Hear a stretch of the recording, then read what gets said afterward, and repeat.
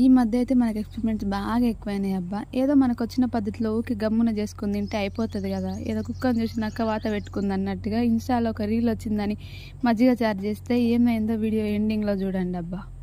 పెరుగుని మిక్సీ పట్టాలన్నప్పుడే నా బల్బ్ వెలిగి ఉంటే అయిపోతుండే, కానీ ఏం చేస్తాం, మొత్తం ఇట్లే ఉంటుందేమో, ఈ టేస్ట్ ఇంకా బాగుంటుందేమో అని చెప్పి పెరుగునైతే మిక్సీ కట్టినాక అవి పాలకన్నా పూర పలసగా అయిపోయినాయి. అక్కడనే సగం అయితే దొబ్బింది.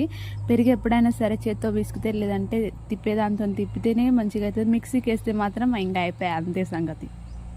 ఉన్న పెరుగంతా ఈ మజ్జిగ చారుకే అయిపోతుంది. మళ్ళీ రేపటి కోసం అయితే నేనైతే పాలు కాగబెట్టి తోడైతే వేస్తున్నా. ఇంక ఇది దంచే దాంట్లో 4 మిరపకాయలు, ఒక ఉల్లిగడ్డ, ఒక ఎల్లిపాయ, కొంచెం అంత అల్లం వేసి అయితే దంచుతున్నా.